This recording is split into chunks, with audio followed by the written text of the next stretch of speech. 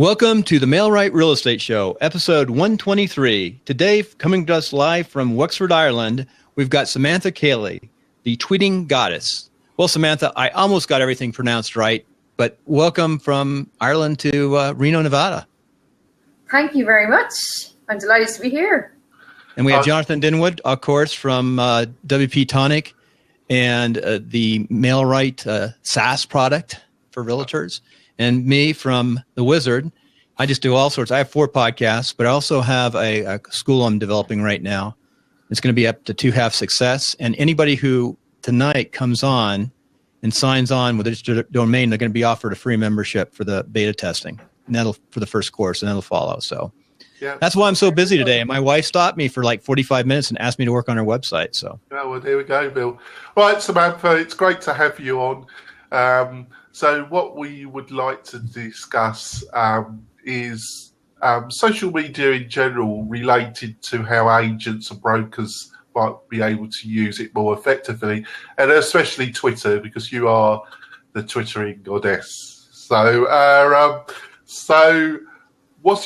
let's start off. I speak to a lot of agents and a few brokers recently, and they understand Facebook, but very few are really using Twitter and really understand it. So what do you think they're missing? And can you give a couple broad frameworks how they might be able to use Twitter effectively for their business?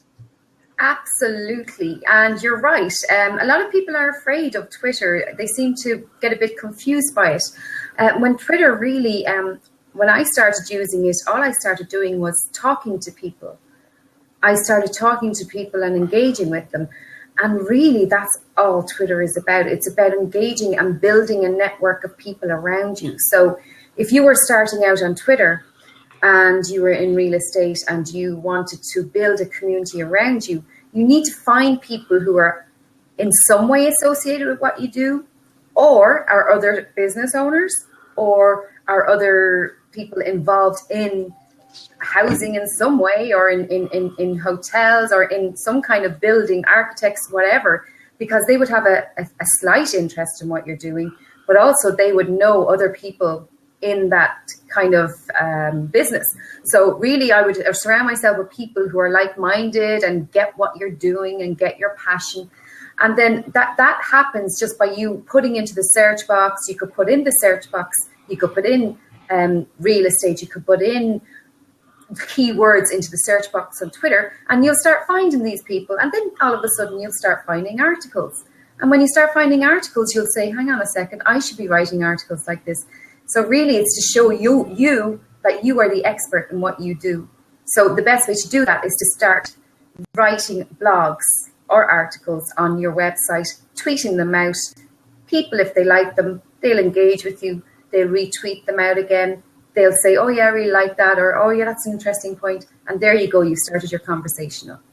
So keep it going. And that's how it works, really. I get the initial impression that you kind of link a reasonable Twitter strategy with having some reasonable web presence, either a blog or a website blog, and having regular content. So absolutely, yeah. So having a pretty static site where you're not putting new content, and the new breed of real estate agents, brokers understand that. I feel they clearly understand that they're in a marketing exercise, whereas maybe some of the people in the industry for a long time that haven't realised that, haven't really twigged that fundamentally what agent broker is 50 to 70% is involved in marketing. So that was a bit long, but I just wanted to say that. But what about industry? So you put these on and you see getting a following. So is there any kind of other methodologies that you follow to try and build up audience? Well, I would follow other people that are in business, because other business owners will support other business owners. And it's all about people. If someone likes you, people buy from people. So if somebody likes you, they are going to support you. So the biggest thing I would say is start following like-minded folk that are also in business, that also want to raise their profiles on Twitter, and start assisting them with retweets and stuff. Don't underestimate the power of Twitter video or Twitter photographs. You know, start putting pictures up of where you are. Look at this beautiful place. Look where I am today. Look at the autumnal colors. You'd be amazed how much more effective a picture is. And especially, we want to see behind the scenes. We're so nosy. We want to see what's going on behind the scenes. So like a video on Twitter as well. And it's very simple to do. On your phone, you can actually have Twitter on your phone and click the video and tweet it out on Twitter. You can do a 30-second video, and that's so effective if you want to show what you're up to, where you are. And the more impressive these videos are, and the more, you can actually start using Periscope and doing Periscope and show yourself as the real estate guy or the real estate queen. Can you talk a little bit about Periscope and how that's built up? Yeah, well, I'm not an expert on Periscope, I have to say, but I do find it very effective if you're trying to create a profile from nothing, just by doing these videos and talking to people. People want to see a bit of the human side of you. So if you are an accountant even, you could do this. You know, it doesn't matter. No offense to accountants, sorry. But you know what I mean? You could actually, it doesn't matter who you are. A different breed, Samantha. Well, there is a guy called Chocolate Johnny, for example, on Periscope. He has a chocolate shop in Australia. Oh, I thought he wasn't an accountant. He is just amazing. And he just talks about the chocolate. And he's getting orders from all over the world just from having a personality, talking to people, doing these Periscopes. I mean, you could be the real estate guy or the real estate queen, whatever. I mean, I'm called Tweeting Goddess. I mean, I could have called myself Rosslare Harbour Social Media, but I didn't. And the Tweeting Goddess it kind of attracts more people to me, you know, because they're like, who's this one? You know, who does she think she is? You know, but it doesn't matter because there are people that are talking about you. So if you can start raising your profile on Twitter as, you know, the real estate, I'm sure there is someone called the real estate queen. I'm sure there is, or something like that.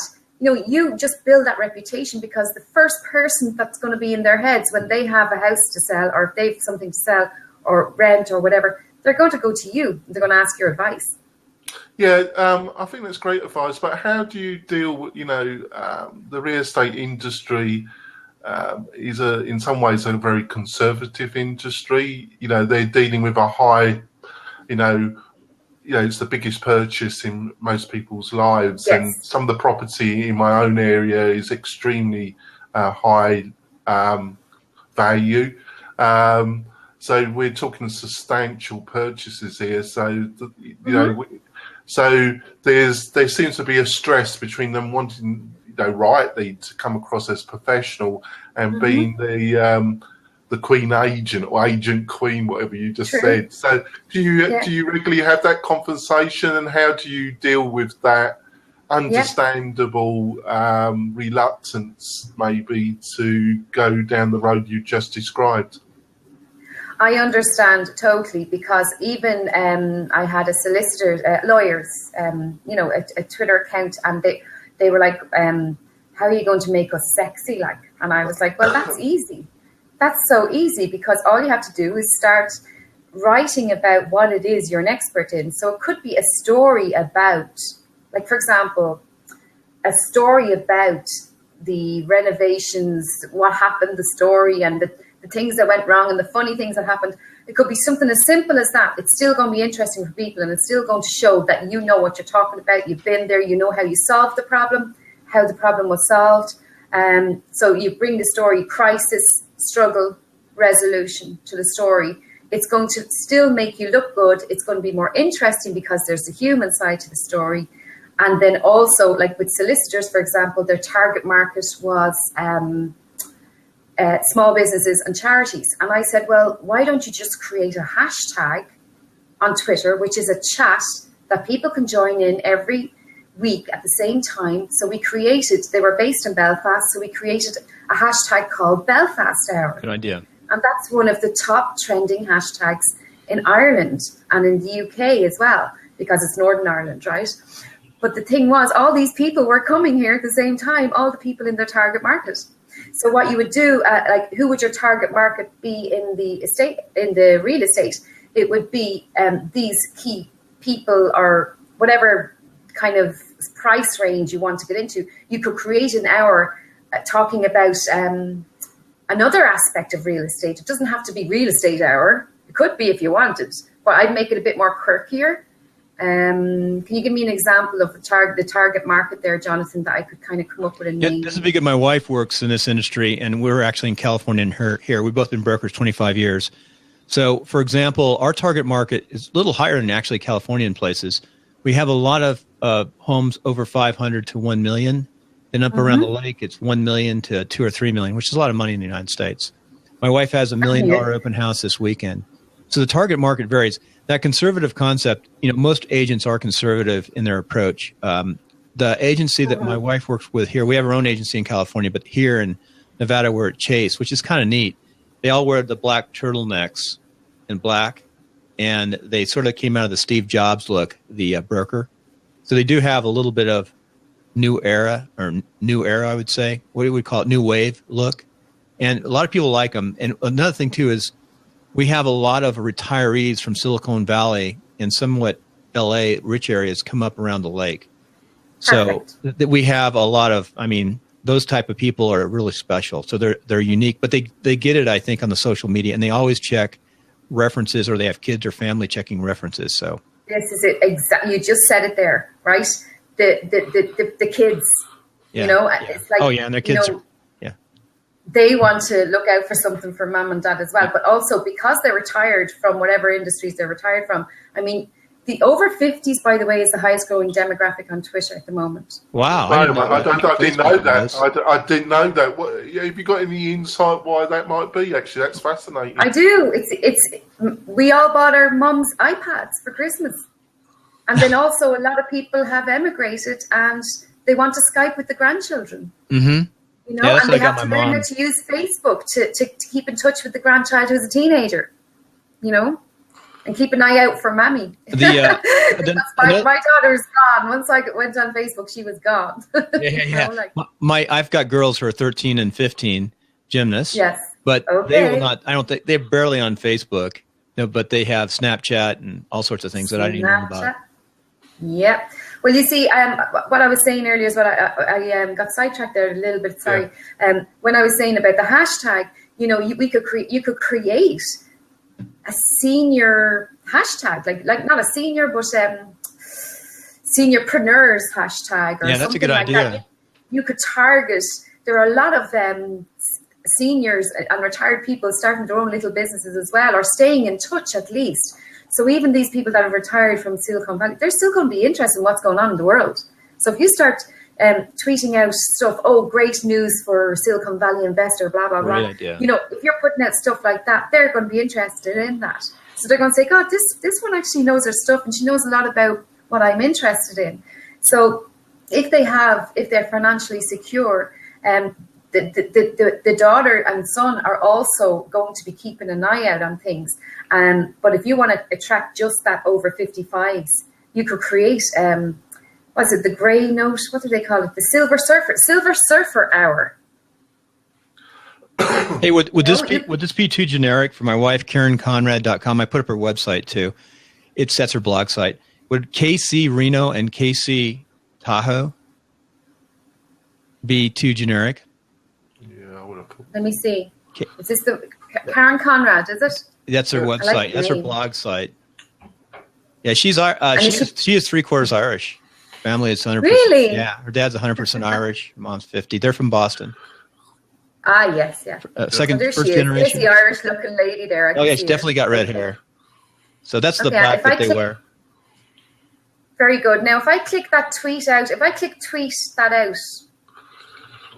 Yeah. See, the Twitter share buttons should be on every blog post as well. Right, it is. If you I'm not a website. If you hit the top address, it'll open up a Twitch site for that. So it'll open up a Twitter site there. And if you hit, what's really neat, if you hit that picture of the flyer, it'll open up really fast. It should open up pretty fast for you. A whole bunch of stuff about that property. That's all my stuff. That's all my blog stuff I set up. I do. That's one of my side things. Okay, she's using hashtags. That's good. So I would be using those hashtags. Lake Tahoe, yes, Okay. very good. I would also start using hashtags. I would start using other hashtags to get in touch with those seniors. She can do it a Twitter advanced search to find keywords as well. There's so much I can talk about here. Yeah, sure. Maybe can you, before we go on to some of the tools, and I want your opinion about retwittering other people's tweets. What's the right balance? Basically, can you just quickly explain to people about hashtags? Because that's a thing that really, when you start saying hashtag to a real estate agent, it's not used. They just look at you it's a like drug.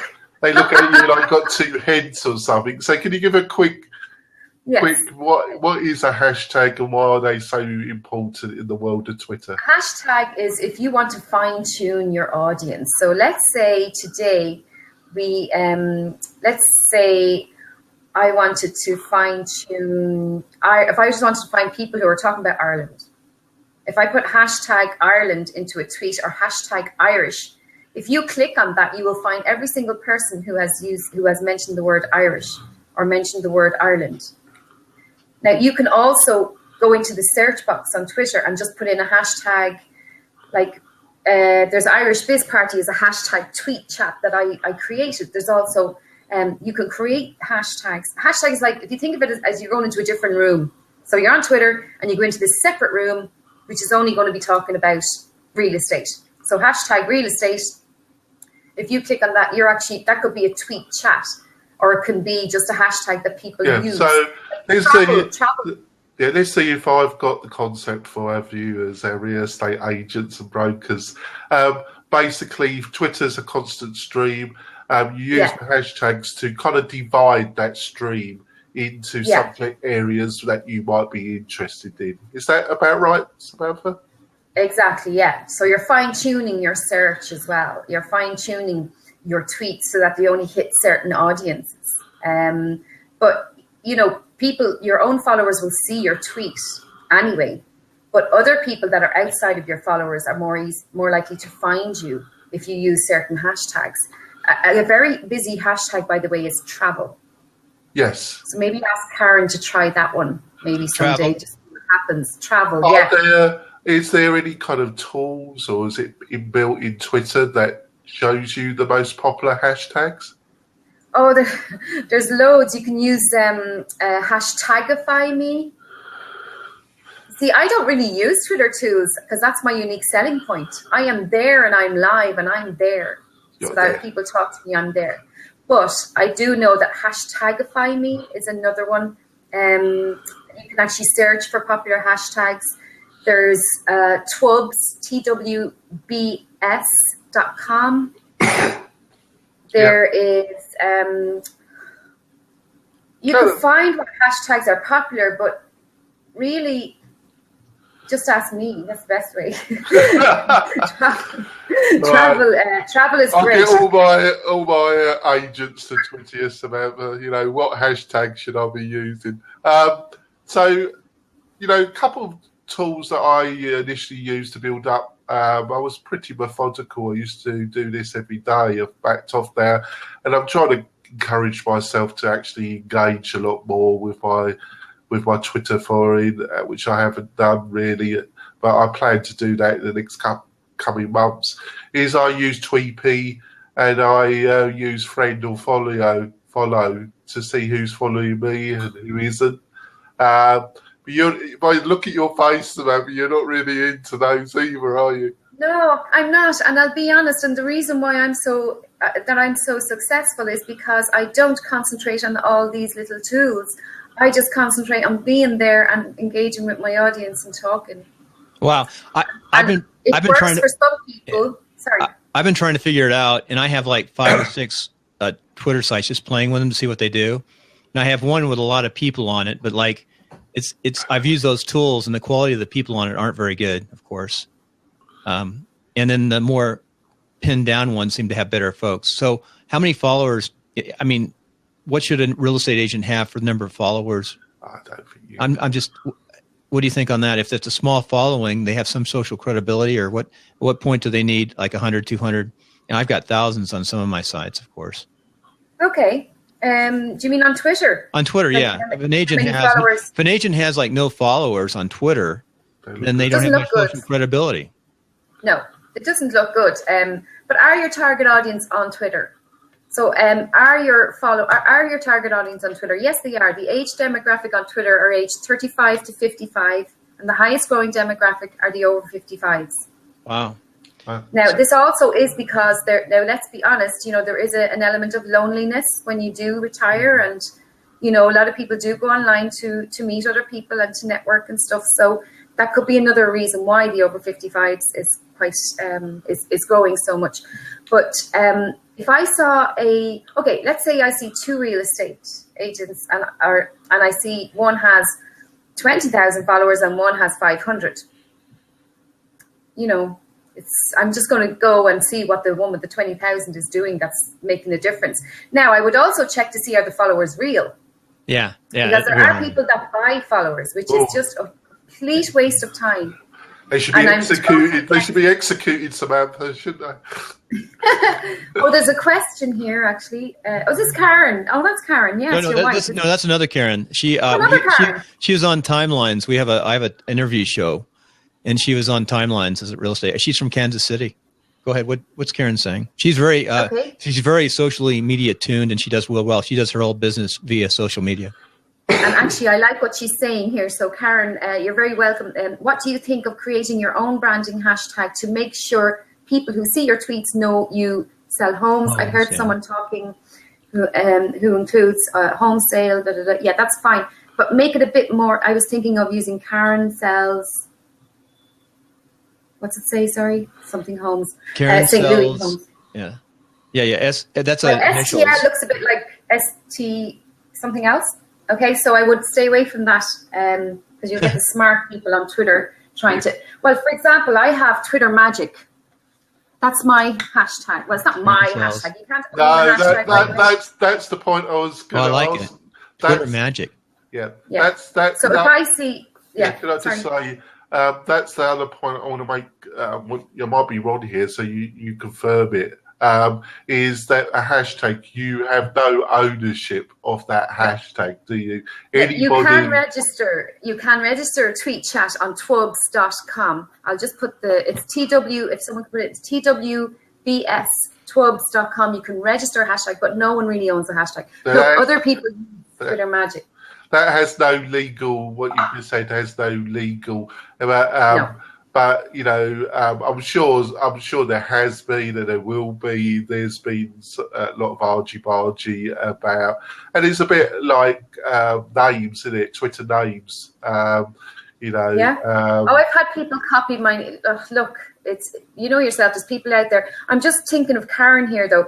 I would like to see Karen do something like Karen sells homes. Yes. Keep it simple, like. Yeah, I think like Karen will sell, or she doesn't sell homes everywhere. Okay, that doesn't matter though, because if you're going to, it doesn't matter if you put the hashtag has to be creative and stand out from the rest. Okay, so we need Karen to stand out, and if Karen, like Twitter Magic, it's kind of my personality. I'm like a bit, but if I see a good connection being made on Twitter, and I see a sale happen, I will hop in and go, there you go, Twitter Magic. And then people go, oh my God, Twitter Magic. And it just gets them all excited. And it's such a childish thing, but you know what? It works. And some people say it's airy-fairy, but you know what? It works. I'm the one with 26,000 followers on Twitter. I'm the one that has written a book, Tweet Your Way to Success. Like, do you know what I mean? Like, so don't mind what other people think. If you're the one that's going to attract the people that really like your personality and like you, people are going to buy from you. And like there's another one I did, Fab Blab. I just made up that one as well, like for when I'm on Blab. And wow. It's just all I'm doing is commenting, but it makes people laugh. It connects with people. But yes, I understand you're a little bit more serious with the real estate and stuff, and I understand that aspect as well. But I would make Karen will like Carol will get you results. If you could think of a word like that in a hashtag, that would be better. Say it again. She's in St. Louis. Yeah. So it basically needs, you need to understand it. It can be a powerful tool, but you also need to experiment and think about and talk to people and see their reaction to it and maybe adjust. But it's not exactly, it becomes something of worth. I'm surmising this, Samantha. It becomes something of worth because you regularly utilize that and you build a following and you're linked to that hashtag. And if somebody else, after you've established it, somebody might try and start using it. But what's the point? Someone has already. Yeah. But in a way, what is the point? Because you've kind of established the branding linkage. And the other people can see, exactly. Other people can see. Carol sells, Karen sells homes. Yeah. I like Karen sells homes. Yeah, I think that's to the point, and also they got to understand it's not in stone, and as long as she keeps utilising that, and in her area builds up on that, it'll be fine, won't it? Yeah, I think so. You see, your hashtag is that the chance of your hashtag trending is very, very, very slim. But you could just have it. The reason of hashtags as well, by the way, is to actually target a larger audience. So if you put up a tweet and then put a really popular hashtag that's trending at the moment, like for example, the Web Summit is on next week. So if you put a tweet out with an article saying, top ways to make the most of Twitter hashtags, and then you put hashtag Web Summit in that tweet is going to travel much further because there are going to be 30,000 people in Ireland for the Web Summit next week. All right. For example. So that's what you would use hashtags for as well, is to get to a bigger audience. Karen, I'm just going to put in here as well for everybody, actually, Twitter Advanced Search. If you want to find people on Twitter, I'm just putting the link in here for you. So this is how you can actually target people that say certain words, that say certain things, that use certain hashtags, everything like in there. So have a look at that later. Nice. Advanced search. Yeah. So Karen, you could find people in St. Louis, but you see, a lot of people in St. Louis, aren't people moving into St. Louis? No. So shouldn't you be targeting people, like you could be targeting people in Ireland that want to move over there? Well, that's where I totally agree with you, Samantha. That's what I was saying to Bill about in the Lake Tahoe, there's another area called Truckee. Yeah, there's a number of second home, holiday, upper income areas where a lot of people from the Bay Area, from San Francisco, buy a second home, the investment property. And where the advanced tool would come into place is looking for the most trending hashtags around your industry or subject, maybe in those areas, and then utilize the hashtags to show your Twitter feed to a broader audience that wouldn't see it locally. That's why I feel you're so right in what you've said, because it's such a powerful tool, isn't it? For a very little, for a reasonable, obviously your time is money, but not for enormous investment. Would you agree with that? Absolutely, but I'm just reading Karen's tweet. Her comments here. I'm targeting locals who are moving or selling and leaving the area. Okay, that's fine. So you're targeting people who are thinking of leaving the area and who are moving. So moving up maybe, or leaving the area. Let me think now. Yeah, so I think what we do, Samantha, Bill, if you agree, Bill, is we unlock the seat, and if Karen wants to join us. Yeah, Karen. I already asked her if she wants to join. The seat's open. But I was going to say, real estate agents in America, at least, the key is to have listings, because you get listings, then you find the buyers. So you want the quality listings. So, Jonathan, also, you need to keep back from the mic a little bit. Your gain's up too high, like last time. All right. So I put that earlier.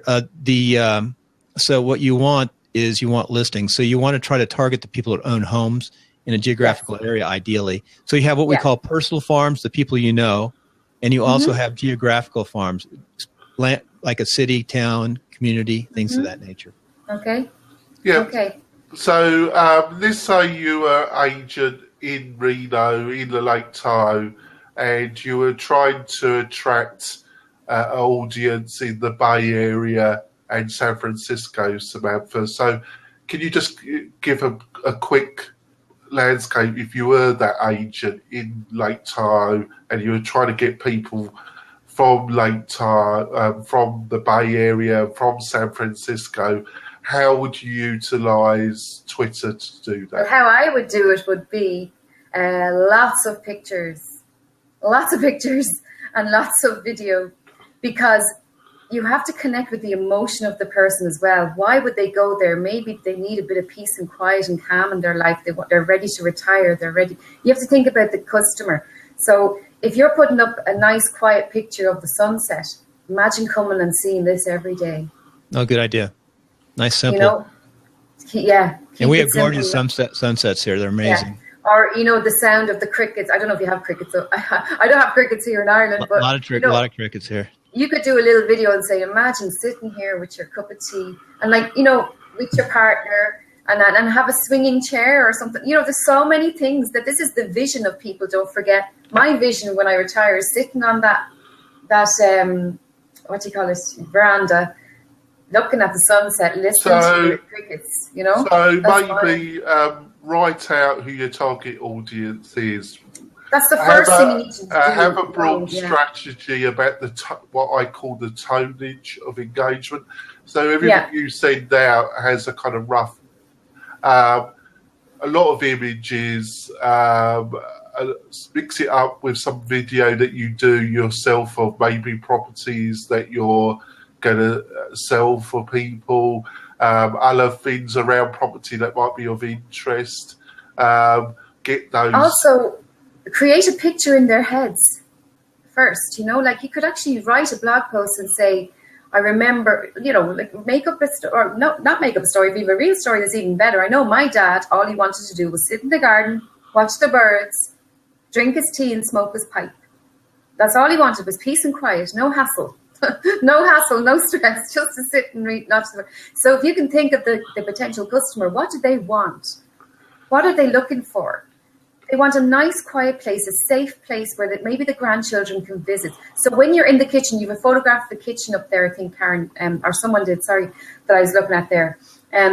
So picture, you know, put the hot chocolate on the kitchen counter and say, right, it's time for a hot chocolate now. Isn't this kitchen absolutely gorgeous? Imagine being in here on a Christmas morning. So what I think you're describing here is, which a lot of agents don't do very well, is you're actually trying to induce a emotional response from, and a lot of agents, they just put kind of glossy pictures of the house. And pictures are great. Yeah, pictures are great. What you're saying is a story. Yeah, be a story and try and utilize images that might induce in your general branding a kind of emotional response.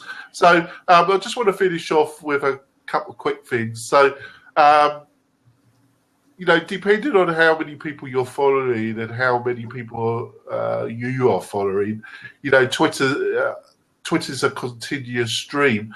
So I think I do use a scheduler, and I mix it up with, I'm trying to mix it up. So I use the scheduler, but I also jump in and do some myself. And I'm also trying to encourage myself to actually respond and engage with people. But we must be realistic here. Agents are very busy people. It's a very dynamic industry. And sometimes, but you do also need consistency. So do you advise people that are not hiring somebody like yourself, but are still trying to do it themselves? Would you advise them to use a scheduler? And how you know, it's probably impossible to answer this, but how I think most people underestimate how much content they should be producing, but which I think is quite honest. They don't let the standards drop. You know, it's got some relevance to what they're about. Would you agree with that? Okay, yeah, I would.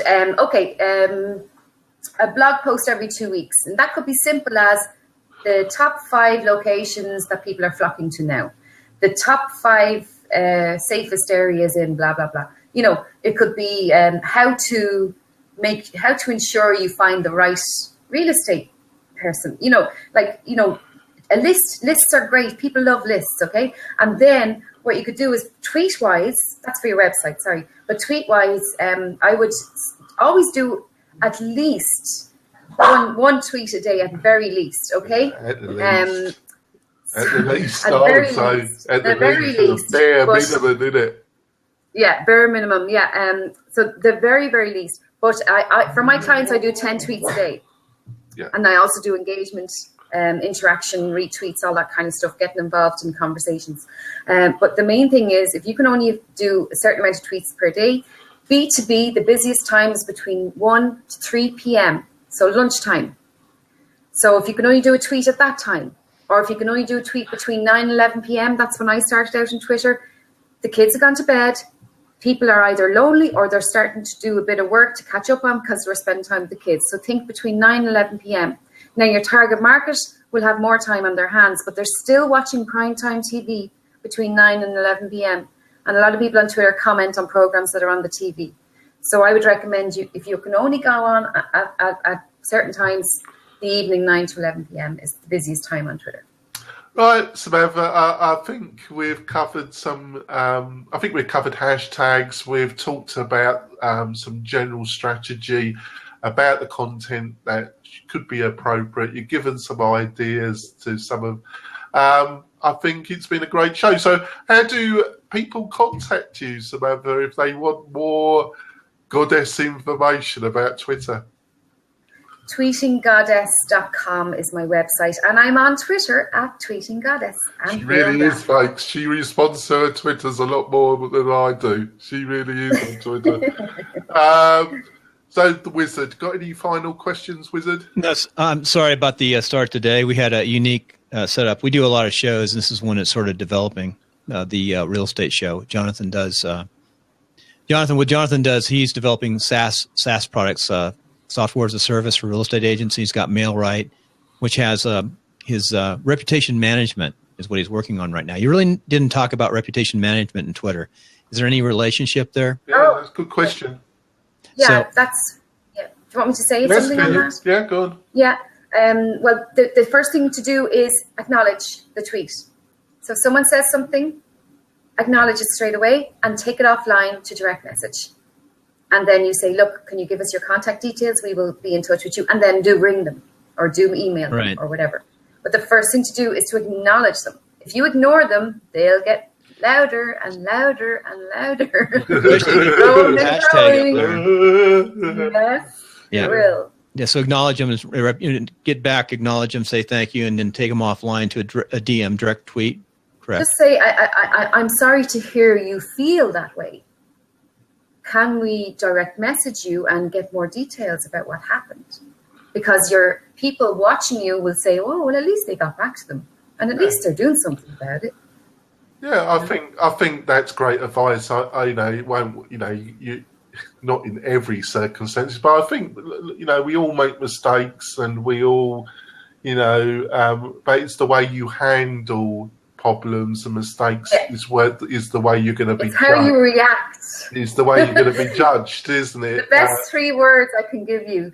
Think before you react. It's not something we often do. We are pretty emotional creatures, aren't we? Especially when we are under pressure. I thought that was a great point. So thanks, Bill, for that, because I think reputation management and Twitter is, and a lot of companies and haven't handled it very well. But on the other hand, it's there, so everybody can see it. It's more difficult. People can be a bit judgmental. But I think it does become a problem where it just continues and you can actively seize a company digging a hole for themselves, not with 1 or 2, but constant stream of mistakes. That's when it becomes a more bigger problem, doesn't it, Samantha? I know, and that's when they really regret just having the little intern on the Twitter instead of having a professional like me run the account. And that's why that's why people outsource, because sometimes they know, look, I need to have someone on this all the time, keeping an eye on things. And you speak throughout Europe. You get out and speak. I see you speak on TV and media. Sorry. I do, and I'm actually organising a social media summit in Ireland, in Dublin, on 2nd of March. Oh, nice. So, yeah, so there'll be lots of people coming over for that. So, I'm sure they will be. It sounds terrible. Sounds awful, doesn't it? Awful. What? Doubling in March. There might be Guinness. There might be Guinness. You know, you never know. What is it? Overcast and cold in March? It doesn't matter. The people are warm. It's really green. I know some flying over it and flying in it and landing. It's a very green country. Nice. Very green. Yeah, it's actually, I wouldn't live anywhere else in the world. The fresh air. If you want fresh air and rosy cheeks, you come to the right place. That's true. Right, thanks, Samantha, for you being a great guest. Hopefully you've enjoyed it. I think we've covered some interesting. I think Twitter really is a big mystery to a lot of agents. I think one of the things, I'm no expert, I'm increasing my knowledge in it. I'm more of a Facebook person. But I do think Twitter in real estate will become a more dominant presence. And I think it's an underused tool in a lot of agents' arsenal and getting out their branding and their individual message. So thank you so much for giving some real insights into it. Like I say, because so many agents find Twitter a real mysterious animal. So I think we've given some tips and clarified it. So thanks, Samantha. Stay on for a second. Would you mind if I just told people about my Twitter online workshops? Of course. I just launched them yesterday. Yeah, good. Go ahead. So I'll just put the link in the blab there. So it's just I'll put the link in the blab there. So just if you know anyone that does want help with that, if you could just spread the word about that. That's my Twitter online workshops for beginners to intermediate. So I only launched them yesterday. I will put it in the post notes and I will talk about it, Samantha. Thank you. And if you'd like, Samantha, let's say goodbye first. Let's close the show and talk offline for a second. Say goodbye, everyone. Bye, folks. Twitter. Bye. And of course, we're back, and we have one last question. Actually, two. Samantha, how did you discover and why did you get it on Twitter in the first place? And then the second question is, what are the profiles of the people who actually are very active on Twitter? Okay, well, I started out on Twitter because I had a small business idea myself, and I didn't have a marketing budget. I was a lone parent at the time, and I didn't have any marketing budget. So my sister set me up on Twitter, actually, and she went, there you go. And I was like, okay, what do I do with this? I barely had a Facebook page. I hadn't a clue. And I just started talking, and I just started following people that I liked and admired, like, entrepreneurs and, Richard Branson and people like that. And then I started following women I admired. And then the conversations just happened. But I was just lucky. When the kids went to bed, Oops. Oh, yeah. We got an Ireland stop there. That's interesting. That's an instant, too. Why do you think, well, she's off right now. That's a first. I'm in the middle of why do you think this? I was blocked. There, she's back. That's a first. So Samantha, we're back, and we have not one last question, but two last questions. And the first is, how did you get into Twitter in the first place? Why are you there? And the second question is, what are the profiles of the people who are on Twitter, the key people, especially the people who you target? I shouldn't say target, the people who you follow or want. I don't know. Targeting, I was in the military, so targeting has a connotation. Hang out with. That's better. That's fine. I started because I had a small business myself. I was a lone parent and I didn't have any marketing budget. My sister set me up on Twitter. I hadn't a clue what to do with it, but I just started talking when the kids went to bed between 9 and 11 p.m. at night.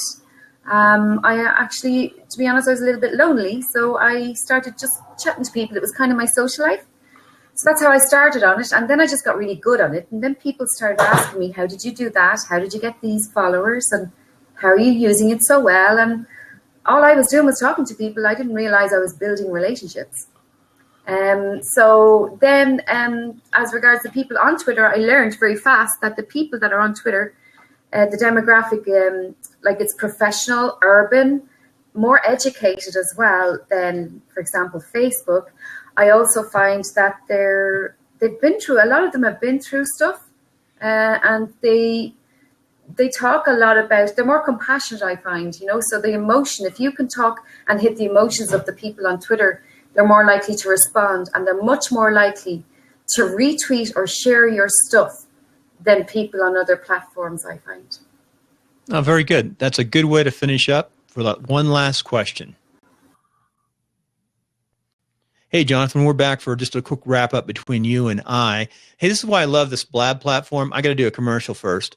This afternoon, late tonight, go up to tohavesuccess.com, and I'm going to open it up, and I'm going to allow at least 20 people to have my course for free, and it's the beta course. So they'll be watching me build the beta course. They'll have access to the site where I'm building the course, and they'll see the courses as they come up. I thought it was a great idea.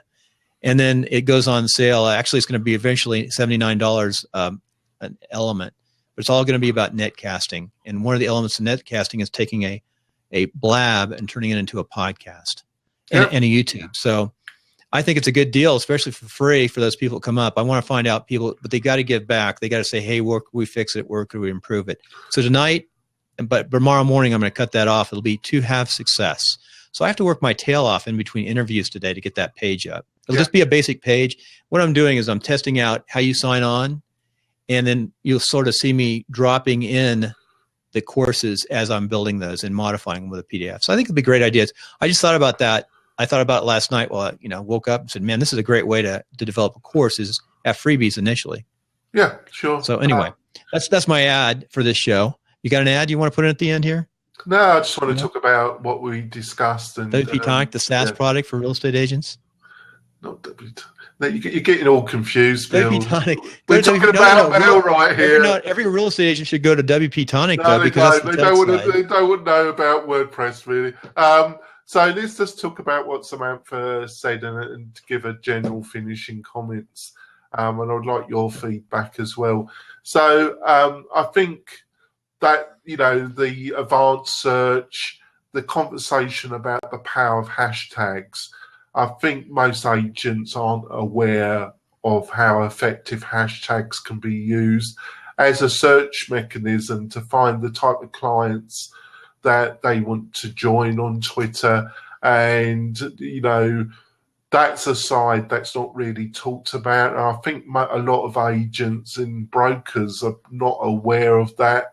And I personally don't know. I think it's not one factor. I think it's a combination of factors why Twitter is off the radar for a lot of agents, and why the emphasis is so much on Facebook. Because don't get me wrong, Facebook's not that good now, is it?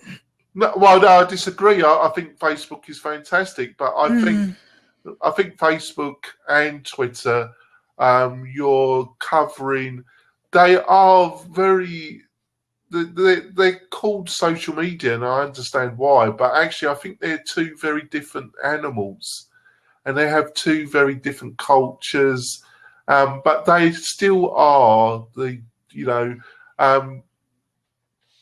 it's a difficult, because you've got a couple others that are building up, but they're still two of the biggest ways of getting out a message. But I think if you're an agent and you just want to Twitter out the latest property that you got on the market, that is not going to appeal to the average Twitter user, which Samantha described: educated, tech savvy, high income, which is a great audience that agents should be wanting to target. But you've got to understand these people are more sophisticated, and just not spending the time on engagement, building up a following, checking people over, you're not going to get very good results by just posting listings. And maybe and I think that really applies to Facebook as well. But really applies to Twitter. Maybe that's one of the reasons why a lot of agents haven't got their mind around it. What do you think, Bill? Yeah, I tell you, the top agents have assistants, and the assistants are a little younger probably, and they're learning real estate. Maybe they're licensed, and they understand Twitter somewhat, and they understand social media. So your top agents all do use Twitter to some extent. I was fascinated, though. I still learn, and I thought about it. I can help Karen a lot because, Karen, we're in the 50s, and Karen, I've been in technology my whole life, design, build, construction, military, heavy technology, and it's easy for me to adapt, I think. But for her, she's good at, I don't know, she's been in technology, she's been in real estate. They use, they use stuff, but the social media thing is still a face-to-face personal relationship because they're really trying to find people who own homes that want to list them. That's the most important thing a real estate agent has to do is get listings. You get listings, you're going to have premium buyers. In fact, most teams have a listing agent, which is the main owner agent, and then they have assistants who do the open houses and show properties. So they are looking at ways to target homes, and the way you target home is direct mail right to the home. But every piece of direct mail should have your website on it. But sort of Twitter, I tried to play around with some Twitter tags. Like I live in Mayberry Meadows, which is in the foothills of the Sierras here, and there was nothing for Mayberry Meadows, no hashtag at all. So if you go around a neighborhood, maybe get a hashtag going. Yeah, I think if you're an agent in this area and you're selling property that might be of interest to the Bay Area and to the San Francisco, I think definitely using the advanced search and finding hashtags that have some linkage to your to property in some way that's got a decent following, that's got decent level of activity, and then just adding a couple of hashtags to your Twitter posts means that those Twitter posts will be broadcast to a much larger audience, Bill. Right. So it's not an enormous amount of additional work, but it could make a big difference if you've got the type of properties that you're trying to market that would be of interest. Then that applies to a lot of places in America. We got people out of state or out of town, out of city that might be a target audience, Bill. Right. Now, I don't know how much you'll find other real estate trainers talking like we're talking about hashtags. I'm thinking about that, especially some of the old ones. Well, like I say, I'm thinking about that out loud. It's funny. If you want to be relevant, unless you've got a very established book of business and very strong local relationships, which top producers do have, you got to move with the times, and you got to understand how to get your message out, that you're active, you're the agent that people should contact, if they're interested in selling their property. It's really that simple, really, isn't it, Bill? Yep. Well, Jonathan, this is going to be a long, long, long day, like most days are for these solo entrepreneurs, people setting up online courses. It's a long day. I've got an interview with us, Pointer. Anybody want to come on? It'll be on this platform. Just type in Bill Conrad. It'll be on today. Let me first of all turn this off. It's going to be on today. 11 o'clock. I'm going to pause recording. Say goodbye. Bye, Samantha, I love you, Samantha. Thanks for coming on.